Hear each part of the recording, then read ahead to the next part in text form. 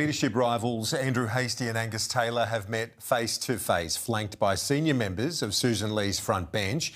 Our political reporter Ruben Spargo is live with me in the studio, and the meeting occurs just hours before a memorial for former MP Katie Allen. Yeah, Angus Taylor and Andrew Hastie, Kieran, met at a Melbourne home this morning. When these pictures were captured by The Australian, as you mentioned, it occurred only hours before the funeral of former Liberal MP Katie Allen, who died of a rare form of cancer last month. Andrew Hastie arrived at the house with two senior Conservatives, Opposition Home Affairs spokesman Jonathan Duniam and WA Senator Matt O'Sullivan. The Australian's reporting Angus Taylor, currently Sussan Ley's defence spokesman, arrived alone 40 minutes later. Opposition Finance spokesperson James Patterson was seen leaving the property with Mr Taylor and Mr Hastie. Conservatives have been calling for a united ticket to take on the Opposition Leader Sussan Ley. Former Prime Minister Tony Abbott has been encouraging both men to reach an agreement. At the same time, former Liberal Minister Christopher Pyne has been stirring up support for Sussan Ley. Here was Jane Hume on what were these reported discussions which were set to occur this morning. There is no doubt that Sussan is the leader and she has the support of the party room.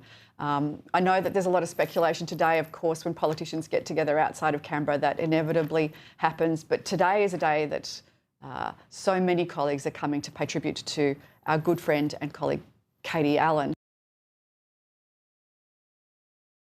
By Sussan Ley to have coalition talks with the Nationals leader David Littleproud were disrupted when Colin Boyce announced on Newsday that he would launch a spill motion against the Nationals leader. She told colleagues, Sussan Ley that is, that she had written to Mr Littleproud proposing a meeting. He declined, citing the need to deal with this leadership challenge. At this stage, the challenge appears unlikely to succeed, but it could trigger Colin Boyce's defection, the fourth under David Littleproud's leadership. He was the Queensland MP. I am not going to One Nation, as I've said many, many times. In terms of what happens and hypotheticals, I won't be leaving the National Party. I will be coming back to my FDC electorate, my supporters here in Flynn. We'll be discussing those matters when and if that happens.